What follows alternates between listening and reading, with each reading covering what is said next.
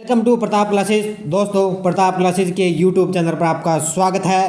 तो आज मैं लेके आया हूँ, आज 1 फरवरी 2022 को हमारी वित्त मंत्री निर्मला सीतारमण के द्वारा बजट पेश हो चुका है। तो उसमें क्या कुछ नया इसमें हो चुका है, तो इस वीडियो में हम पूरी चर्चा करेंगे आराम से कि बजट की मुख्य विशेषता 2022-23 फरवरी 2022 में वित्त मंत्रालय निर्मला सीतारमण के द्वारा ये पेश किया गया है। तो इसमें हम आज इस वीडियो में पूरी चर्चा करेंगे कि क्या इसमें कुछ नया जोड़ा गया है और क्या इसमें कुछ किया गया है। तो आइए हम देखते हैं इसमें बजट के माध्यम से भी क्या कुछ इसमें हुआ है। तो इसमें देखो, पहले इसमें दिया हुआ है प्रमुख विशेषताएं।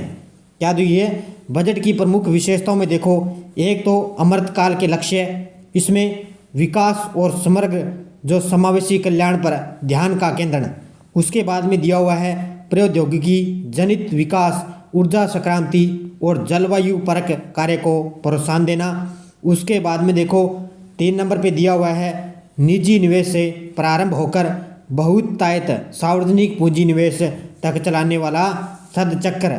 तो ये 3 विशेषताएं आपको ध्यान रखनी है। अमृतकाल के ये लक्ष्य हो चुके हैं, इसमें आप देख सकते हो, ये देखो।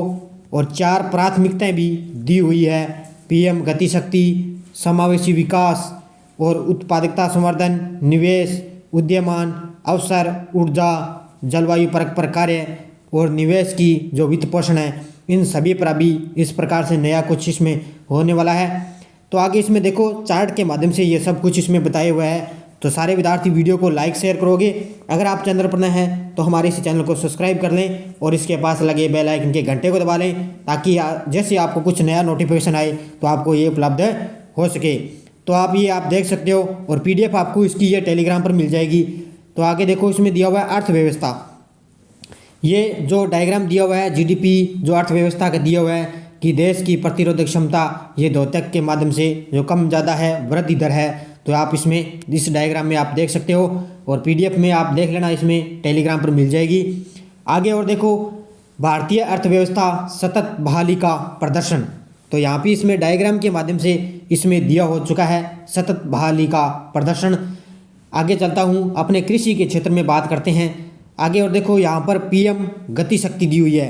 तो देखो यहाँ पे 7 वाहन इंजनों यानी कि सड़क, रेल, एयरपोर्ट, पोर्ट्स, सार्वजनिक परिवहन, जल मार्ग और लॉजिस्टिक्स अवसंरचनाओं से संचालित पीएम गति शक्ति है। उसके बाद में दिया हुआ है राष्ट्रीय मास्टर प्लान, जिसका उद्देश्य क्या है, यहाँ पे विश्व स्तरीय आधुनिक अवसंरचना और लॉजिस्टिक्स सक्रिया है। उसके बाद में देखो दिया हुआ है एक्सप्रेस वेज के लिए मास्टर प्लान तैयार करना, एक्सप्रेस रेल के लिए मास्टर प्लान तैयार करना और 2022-23 में 25,000 किलोमीटर राष्ट्रीय राजमार्गों को काम में पूरा करना। तो ये सड़कों से संबंधित है। 2022-23 तक क्या है, 25,000 जो राष्ट्रीय राजमार्ग है उनको तैयार करना, ये भी घोषणा हुई है। आगे और देखो कि यूनिफर्लाइड लॉजिस्टिक्स इंटरफेस प्लेटफॉर्म, जिसमें सभी मोड ऑपरेटरों में इसमें डाटा नियम हो सकेगा। उसके बाद में देखो यात्रियों की निर्बाध यात्रा के लिए ओपन सोर्स मोबाइल स्टैक। और उसके बाद में पीपी के तहत 4 मल्टी मॉडल लॉजिस्टिक्स पार्क के लिए संस्थापन, जिसके लिए 2022-23 में ये ठेके पर दिए जाएंगे। किस पे? ये सारे हैं जो ठेके पर दिए जाएंगे, जैसे यात्रियों के निर्बाध जो अपना सोर्स मोबाइल स्टैक है, उसके बाद में मल्टी मॉडल लॉजिस्टिक्स है। तो ये सारा आप इसमें देख सकते हो। आगे और देखो यहाँ एकीकृत पोर्टल है और रेलवे नेटवर्क है, जिसमें पोर्टल के संप्रेषण में सुविधा हो और वन स्टेशन वन प्रोडक्ट कवच का क्षेत्र का विस्तार और नई जनरेशन की 400 वंदे भारत टेनिस। तो ये भी रेलवे की एक तरफ से ये रेलवे नेटवर्क के माध्यम से इसको जोड़ा जाएगा। आगे और देखो सार्वजनिक शहरी परिवहन और रेलवे स्टेशनों के बीच मल्टी प्रोडक्ट संपर्क इन दोनों में होगा। जो शहरी परिवहन है और रेलवे स्टेशनों के बीच में इनके बीच भी संपर्क बनाया जाएगा। उसके बाद में देखो परंपरागत सड़कों के दीर्घकालीन विकल्प के रूप में नेशनल रोपेस डेवलपमेंट प्लान और अवसंचालित परियोजनाओं के लिए क्षमता निर्माण। तो ये आज जो बजट में पेश हो चुका है। अब हम बात करेंगे कृषि के क्षेत्र में क्या कुछ हुआ है खाद्य प्रसंस्करण में। अब यहाँ पे देखो कि गंगा नदी से सटे कृषक भूमि से प्रारंभ होने वाले रसायन मुक्त प्राकृतिक कृषि को प्रोत्साहन उसके बाद में देखो खाद्यान्न उत्पादों के फलस्वरूप मूल्य संवर्धन, उपभोग और ब्रांडिंग को प्रोत्साहन। तो ये गंगा नदी के जो इसमें हुआ है गेहूं के उत्पादन में। और यहाँ पे देखो पीपी मोड में किसानों को डिजिटल और हाईटेक सेवाओं की उपलब्धता हो चुकी है। उसके बाद में किसानों की यहाँ पे देखो सहायता के लिए किसान डोनर्स का प्रयोग होगा, कि किसानों की सहायता जब करने के लिए होगा तो किसान डोनर्स का प्रयोग किया जाएगा। आगे और देखो यहाँ पे दिया हुआ है कृषि स्टार्टअप को वित्त पोषित करने के लिए सम्मिश्रित पूंजी से कोष की स्थापना करना। किसकी? वित्त पोषित करने के लिए सम्मिश्रित पूंजी से कोष की इनकी स्थापना करना।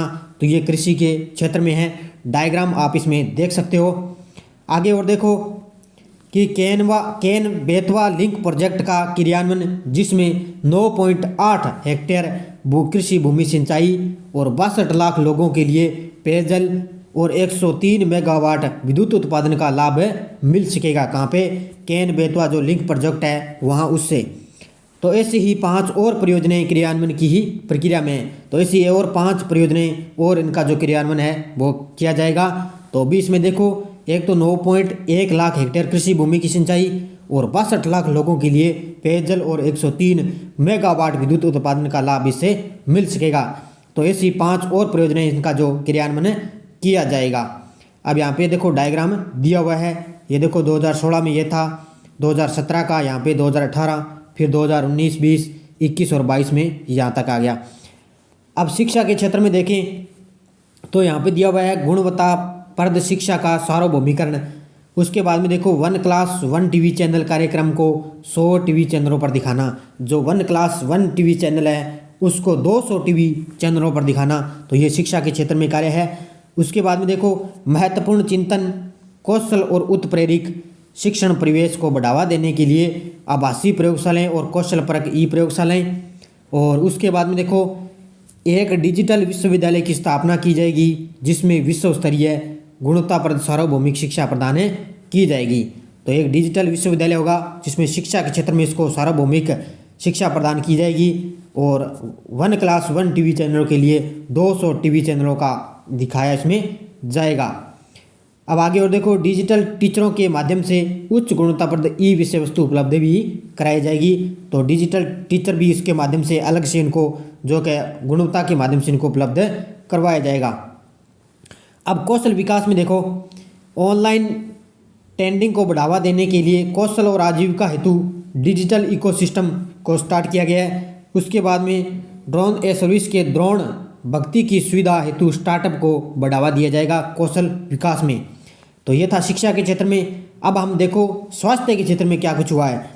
तो स्वास्थ्य के क्षेत्र में देखो नेशनल डिजिटल हेल्थ इकोसिस्टम को लागू किया जाएगा। किसको? भी नेशनल डिजिटल हेल्थ इकोसिस्टम को लागू किया जाएगा। और उसके बाद में देखो गुणवत्ताप्रद परामर्श के लिए national tele mental health programme को इसमें शुरू किया जाएगा।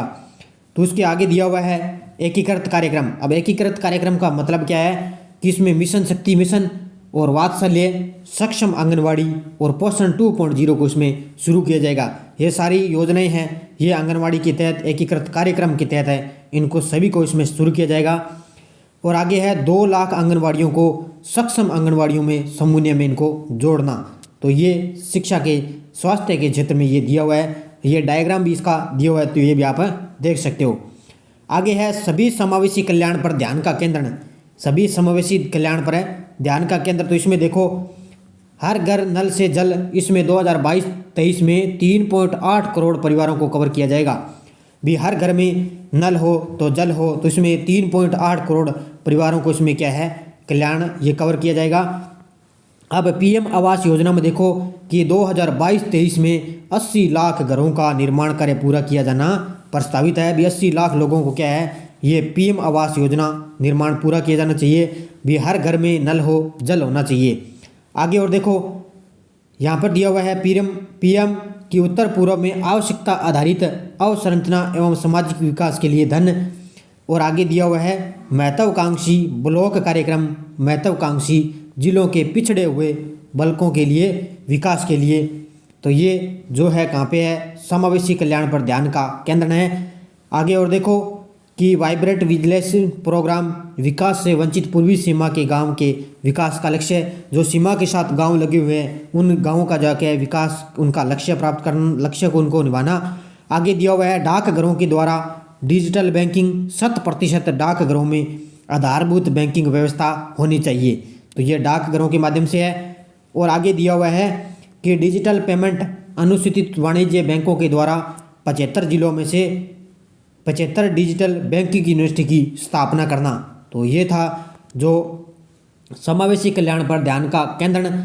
और आगे ये देखो MSME, ये किसने शुरू किया था? अभी नरेंद्र मोदी ने शुरू किया था MSME। इसके माध्यम से देखो ये क्या होता है, ये विभिन्न पोर्टलों की इंटरक्लिनिंग करेगा। उसके बाद में देखो ये CGTMC का पुनर्द्वार भी करेगा। उसके बाद में देखो ECLGS को लागू करना और हॉस्पिटलिटी और संबंधित उद्यमों को इसमें विशेष ध्यान देना। तो ये नरेंद्र मोदी के द्वारा ये शुरू किया गया है। कौन सा? MSME। और इसमें होता क्या है कि इसमें कामकाज को बढ़ाना और इसमें तेजी लाना और कार्यक्रम को अभी से इसमें लागू किया जाना, इसमें यह हो चुका है। उसके बाद में देखो उत्पादकता संवर्धन निवेश। तो इसमें उत्पादन संवर्धन निवेश ईज ऑफ डूइंग बिजनेस 2.0। तो इसमें आप देख सकते हो, इसमें ईज ऑफ लिविंग, तो इसमें PDF के माध्यम से देख लेना। ये सभी जो आप बजट के माध्यम से पेश किया जा चुका है। आगे चलते हैं हम। आगे है निवेश का वित्त पोषण।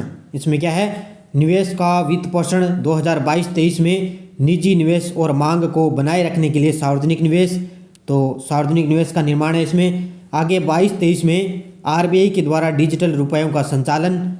उसके बाद में है डाटा सेंटर्स और एनर्जी स्टोरेज सिस्टम के लिए अवसंरचनात्मक स्थिति। और आगे इसमें दिया हुआ है, देख लो, संसाधनों को जुटाना। आगे है कि राज्यों को और अधिक वित्तीय गुंजाइश प्रदान करना। पूंजीगत निवेशों के लिए राज्यों को वित्तीय सहायता की स्कीम के लिए वर्धित परिव्यय। और 2022-23 में राज्यों के लिए GSDP के 4% राजकीय कोष के घाटे की जो अनुमति दी जाएगी, जिनमें से 0.5% विद्युत क्षेत्रीय सुधार से संबंधित होगा।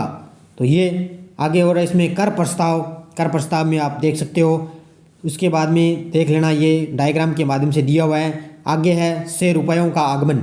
ये रुपयों का आगमन से डायग्राम के माध्यम से दिया हुआ है।